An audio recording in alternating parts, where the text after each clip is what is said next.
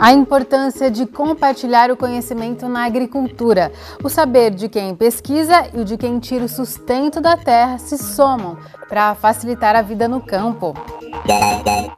Feira do Empreendedor Rural reúne produtores e pesquisadores para trocar experiências sobre como aumentar a produtividade. 50 baterias num só ritmo. Você vai ouvir o resultado desse encontro de músicos de diferentes gerações para tocar a mesma música. Na entrevista do dia, a professora da Unesp, Larissa Pelúcio, comenta mais uma edição do evento Transtornar o Olhar, que discute temas relacionados à transexualidade. Já está no ar o Unesp Notícias desta segunda-feira, 22 de maio.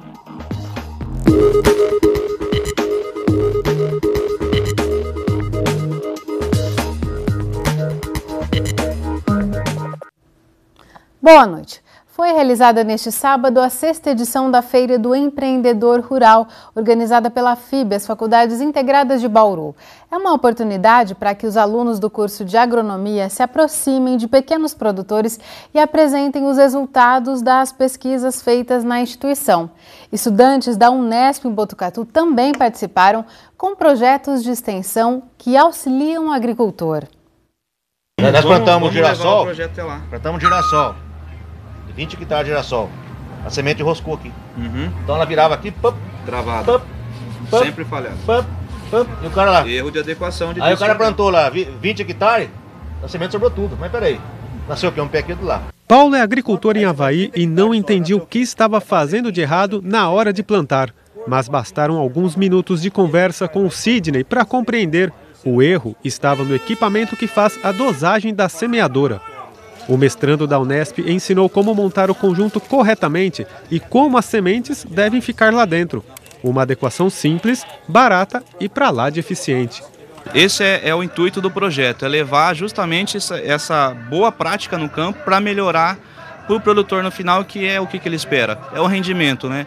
É a comercialização desse grão e, consequentemente, dinheiro no bolso dele para ele poder estar investindo um pouco mais, para poder estar melhorando a qualidade de uma semente, melhorando na qualidade de uma semeadora e assim por diante. Esse projeto a gente é feito aqui na Unesp Botucatu, mas a gente anda o Brasil inteiro trabalhando com isso, falando sobre isso.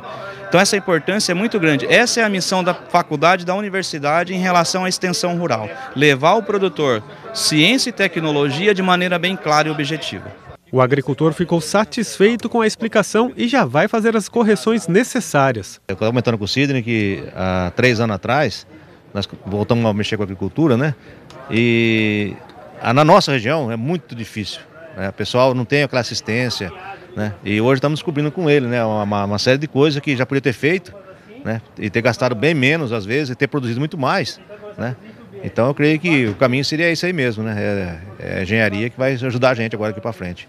O projeto da Unesp em Botucatu foi um entre dezenas de experimentos apresentados na 6ª edição da Feira do Empreendedor Rural. O evento é organizado pelo curso de agronomia das Faculdades Integradas de Bauru. Durante todo o dia, alunos, produtores rurais e empresas do setor trocaram aprendizados. A feira ela tem como objetivo unir a academia com o setor produtivo, o setor agrícola, né? Então a gente procura fazer uma divulgação com as empresas do setor rural, com os produtores e trazê-los aqui para a nossa instituição, né, para que os alunos possam ter essa vivência, né, no campo, junto com o produtor, passar informações do que está sendo desenvolvido dentro da instituição. Neste estande, alunos de Engenharia Florestal da Unesp compartilharam conhecimentos sobre mudas para reflorestamento. Eles pesquisam como diferentes recipientes e manejos de irrigação e fertilização interferem no crescimento das espécies. Cada espécie ela vai desenvolver, né, uma função diferente. Então as que crescem mais rápido elas vão promover primeiramente o sombreamento da área, né? Então vai competir com mato competição, vai possibilitar um ambiente mais, né, menos calor na superfície do solo e propiciar o crescimento de espécies que são dependentes do sombreamento. Então algumas são funções relacionadas, né? Cada uma tem uma função diferente no campo. O legal é que a gente pode trabalhar na pesquisa no viveiro, né? E trazer pessoal o método científico de uma maneira mais popular, né? Porque aqui o pessoal geralmente são produtores ou alguém que quer plantar, então não está muito por dentro das informações científicas que a gente está acostumado, né? Na área experimental, os visitantes puderam ver alguns resultados obtidos pelos pesquisadores da FIB. Renan trabalha com técnicas de controle de planta daninha, aquele matinho que prejudica a produtividade, e ensinou que nem sempre é preciso usar produtos agrotóxicos. A própria cultura, pessoal, é uma forma de controle. Então vamos imaginar, na área do milho aqui, se o milho fechar, abafar a cultura, a planta daninha não consegue desenvolver. Então, veja, a gente esquece, pensa só no químico, pensa só no mecânico, mas a própria cultura é um método de controle cultural que a gente fala. Quem participou gostou do que viu. Aqui a gente está tendo um conhecimento direto com eles. Então, eles estão passando de uma forma mais direta para a gente, o que a gente deve fazer com a planta, a forma certa, a forma correta, o meio certo de utilizar as ferramentas que a gente tem na mão hoje. Até ali na batata eu tive várias assim, coisas que eu não sabia, que eu acabei aprendendo ali. Vai levar para a prática depois? Sim, com certeza. E se os produtores rurais saíram satisfeitos do evento, os estudantes também comemoraram a experiência. É gratificante porque aqui a gente conhece pessoas que estão no ramo da agricultura, né, que vêm passar o conhecimento deles para a gente. Conhecimentos assim que a gente acaba não tendo no dia a dia, né? Porque às vezes você trabalha com uma cultura que você vai ver aqui hoje que você não tinha. Então é bem gratificante mesmo. Se você é produtor rural e assim como o Paulo, que apareceu lá no início da reportagem, também tem dúvidas na hora de regular o equipamento que faz o plantio, é possível ver um vídeo com orientações detalhadas nesse link que aparece aí na sua tela. 218,7 milímetros é o que já choveu neste maio atípico em Bauru. É mais que o dobro do esperado para o mês. A chuva deve dar uma trégua nos próximos dias, mas volta no fim de semana. Os detalhes no boletim do IPMET. Hoje ainda estamos com bastante nebulosidade sobre o estado de São Paulo, principalmente no setor mais ao norte e leste, devido à passagem dessa frente. Mas a tendência é a diminuição dessa nebulosidade e também das ocorrências de chuvas. Essa frente ela vai se deslocar para o Rio de Janeiro, então vamos ter a melhora do tempo no decorrer do dia. As temperaturas, essa madrugada ainda vai ficar um pouco baixa, né? Nós estamos com a entrada do sistema de alta pressão, mas não deve cair muito, né? Então a mínima é em torno dos 14, 15 graus e máxima em torno dos 26 e tendência de subir um pouco para uns 28 graus. A média em termos de precipitação para a região de Bauru é em torno dos 90 a 91 milímetros no mês, em média, mas nós temos meses onde, na nossa série, desde 2001 até agora, né, mês que ocorreu 144 milímetros, que foi o maior índice, e o menor em torno dos 13 milímetros. Então, é um mês muito variável, né?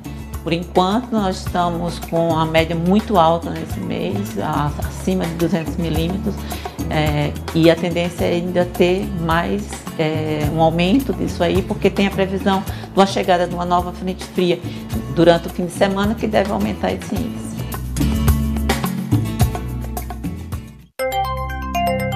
Para amanhã não tem previsão de chuvas em todo o estado. Em Bauru, a umidade do ar agora é de 84%. Os ventos sopram a 8 km por hora.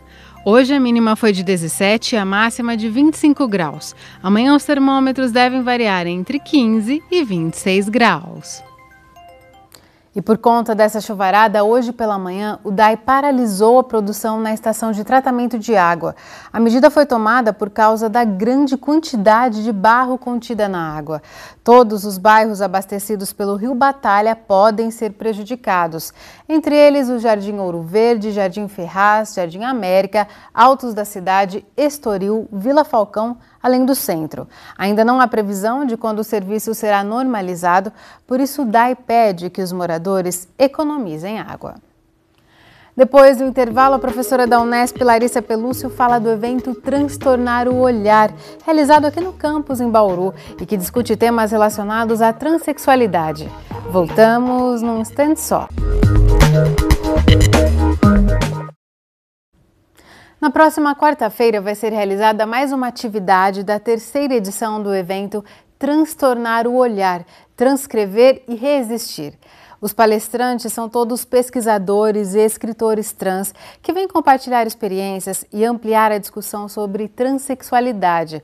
Nós vamos conversar com uma das organizadoras, a professora de Antropologia da Unesp e coordenadora do grupo de pesquisa Transgressões, Corporalidades, Gêneros, Sexualidades e Mídias Contemporâneas. A gente recebe a Larissa Pelúcio.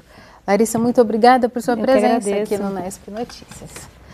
Larissa, falando do evento de uma forma geral, e o nome é tão inspirador, né? Transtornar o olhar, qual que é o objetivo? O objetivo é trazer uma pauta que é política, né? E que está na nossa cena pública para o âmbito da universidade, para que haja uma reflexão crítica, também teórica, mas que seja também sensível, com o protagonismo das pessoas trans, que têm mais do que uma experiência subjetiva, afetiva, emocional com a transexualidade, né? Mas também tornaram essa experiência um campo de reflexão e de elaboração crítica, teórica, que ajuda muito a gente a pensar nessa realidade que durante muito tempo ficou silenciada, mas ela existia, né? E o silêncio muitas vezes foi um grande inimigo, porque autorizou tratamentos médicos ainda bem muito superados já, né? Mas com lobotomia, choque, intervenções como internamento ou criminalização, né? Encarcerando essas pessoas, inviabilizando mesmo uma vida plena, habitável, né? Então, a própria mudança de abordagem, que não é vista como uma doença, a transexualidade mais. Ainda está no DSM, né, como uma disforia. E essa é uma luta que muitas pessoas trans têm levado a cabo, mas ela não é uma unanimidade, não é um consenso entre pessoas trans, até porque aqui a gente tem o SUS cobrindo, né, os custos do processo transexualizador, e algumas pessoas argumentam de que se não fosse considerado mais no campo das patologias, não teria o acesso. Mas a gente também, as pessoas, entre elas eu, que sou favorável à despatologização das questões de gênero, penso que gravidez, né, também não é uma enfermidade e nós estamos cobertos pelo Sistema Único de Saúde. Vasectomia também não se trata de uma enfermidade, está ligada à sexualidade e reprodução e também tem a cobertura e a assistência, né? Então a gente tem feito essa luta, é uma luta internacional, mas sobre a qual não há consenso, como eu estava te falando. Falar sobre transexualidade, você mesmo já passou pelo tema, é discutir questões de gênero. E há muito desconhecimento nessa área ainda, né, Larissa? Quando se fala de levar essa discussão para a escola, então, há muitas críticas, porque as pessoas têm uma visão equivocada do que seria, né? Muitas vezes as pessoas pensam que falar de gênero é falar de homossexualidade, né?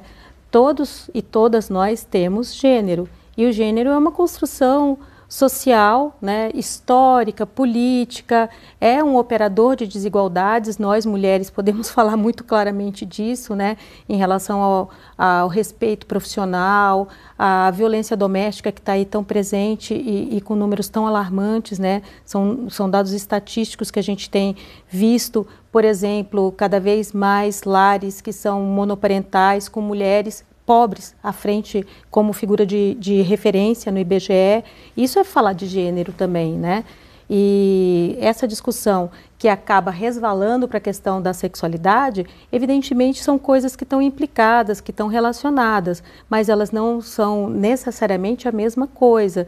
E discutir gênero é pensar numa escola, numa sociedade, em formas de vida em que haja menos desigualdade, menos violência, menos opressão, né? E não transformar o seu filho, a sua filha em algo que ele não queira ser ou que a família também já se encarrega de fazer as suas discussões domésticas, né? Simplesmente discutir, não levar esse assunto para dentro da escola não vai fazer com que ele desapareça. E provavelmente nós vamos continuar tendo números muito alarmantes em relação à violência doméstica, a abuso contra crianças e adolescentes, e também esses números que você já citou de um país altamente transfóbico e homofóbico. Organizações internacionais apontam o país como o que mais mata pessoas transgênero. Infelizmente. Vamos falar da atividade dessa semana, então, do Transtornar o Olhar. Por que da importância de trazer pessoas trans, protagonistas nas suas áreas, com formação acadêmica, e no caso da Amara também é uma escritora, né? O que ela deve acrescentar a essa discussão? Olha, é muito legal quando as pessoas conseguem conviver com a diferença e desexotizar a diferença, né? Perceber a espessura humana que esses indivíduos portam. Então, ter alguém falando sobre a sua experiência de forma crítica, qualificada, refletida, é fundamental. E a gente tem aqui os cursos de comunicação, temos o curso de psicologia, temos outros cursos que estão sedentos por essa discussão, não só porque compõe fortemente a sua formação, né, mas porque nós estamos formando cidadãos e cidadãs, né? O que a gente deseja é uma universidade cada vez mais inclusiva e para isso, inclusive, nós, profissionais, professores, servidores técnicos administrativos, a gente precisa estar municiado conceitualmente, porque essa é uma realidade que já constitui a nossa sala de aula, o trânsito no campus. Então, nós não podemos reproduzir, num espaço de livre pensar, de reflexão, preconceitos e desigualdades que a gente tem observado fora da sociedade, né? Então, é bem importante que nossos estudantes possam ter acesso a esse debate. E nessa quarta-feira tem um encontro com a Amara Moira. Ela faz doutorado em letras e ela também é escritora. E o que ela deve acrescentar a essa discussão, Larissa? Olha, a Amara é uma ativista super contemporânea, super presente nas mídias sociais digitais, foi candidata a vereadora, né, pelo PSOL em Campinas. É uma pessoa que está tendo uma inserção internacional com um debate muito fresco sobre as questões de gênero, de transexualidade, travestilidade. Ela se assume travesti, né, como um lugar político, justamente para fazer o enfrentamento a esses estigmas que cercam essa identidade, vamos chamar assim. E a Amara, ela, como toda escritora, é uma pessoa que vem nutrida pelas letras, né? Tem uma fala muito sensível, ao mesmo tempo muito bem-humorada, e que acho que vai nos atualizar sobre os enfrentamentos e como está a luta política da transexualidade no presente. A palestra, então, com a Amara Moira é às 7h, na Central de Sala. Estão todos convidados, né, Sim, é aberto à comunidade bauruense e, claro, a toda a comunidade unespiana. Sejam todas e todos muito bem-vindos. Eu acho que vai ser imperdível e uma palestra gostosa, porque a ideia é que haja muita troca, né? É um diálogo. Uma conversa. Muito obrigada por sua participação aqui. A seguir, você vai ver um encontro de 50 bateristas com um desafio: tocar juntos de forma sincronizada a mesma música. A gente volta já já para mostrar se deu certo. Continue por aqui que o intervalo é bem rápido. Imagina só 50 bateristas de idades e estilos diferentes dispostos no mesmo local para tocar a mesma música. Será que deu certo? É o que você confere agora na reportagem. Leandro é músico e professor de bateria. Toca há quase 30 anos. Tanto tempo de estrada faz parecer até fácil manusear as baquetas e acertar o ritmo.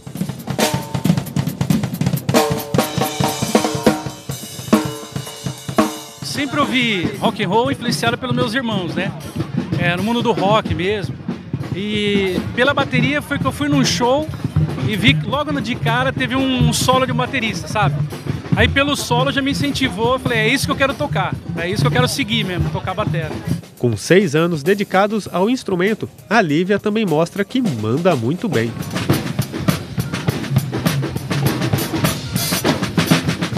Desde criança, assim, eu sempre tive uma paixão por ritmo, assim, sempre quis tocar, buscava palitinho, a panela, né, sempre toquei, então, sei lá, foi desde criança, já senti uma atração natural, assim, pela bateria. Já o Davi nem completou 2 anos ainda, mas já se sente bem à vontade no colo do pai, tocando bateria, junto com ele. E o pequeno até tenta tocar sozinho. Será que vem mais um baterista aí? Acho que sim, viu? Pelo jeito aqui, não para nem um minuto, quer tocar pra valer mesmo.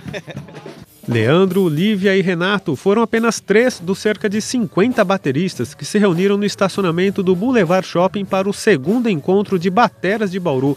A única exigência para participar do evento era ter um mínimo de conhecimento para acompanhar o ritmo dos colegas de baqueta. O legal é que dá para variar bem a galera que está começando, já está participando, uma galera que já toca faz tempo, a galera que já tem estrada, a galera que de repente toca como hobby também, então é muito legal que a gente consegue reunir toda essa galera, né? É bem variada, assim, os bateras são bem variados. Daniel foi o responsável por sincronizar as batidas dos participantes. Para isso, montou um grupo numa rede social e passou as instruções para que, na hora do show, tudo saísse perfeito. E não é que deu samba?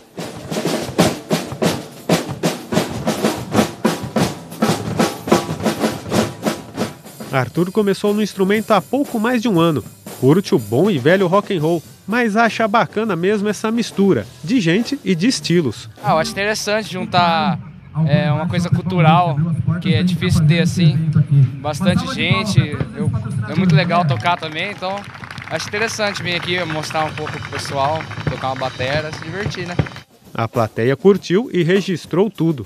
Meu esposo e meu sobrinho participaram no primeiro encontro, foi muito legal também, bastante emocionante, né? Assim, esse conjunto todo, assim, bastante participantes, é muito legal.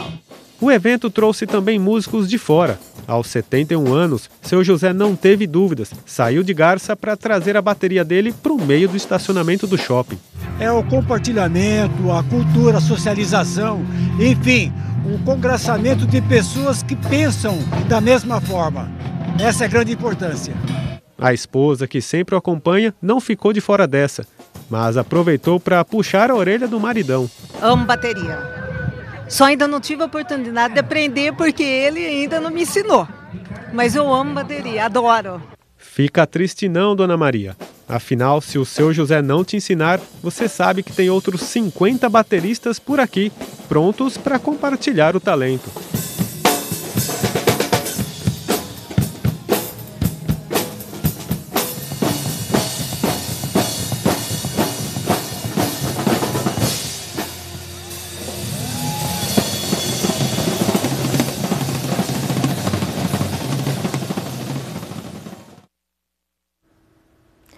O Unesp Notícias fica por aqui. Se você quiser rever as reportagens desta edição, acesse o site da TV Unesp ou a página no Facebook. A gente se vê amanhã. Tchau!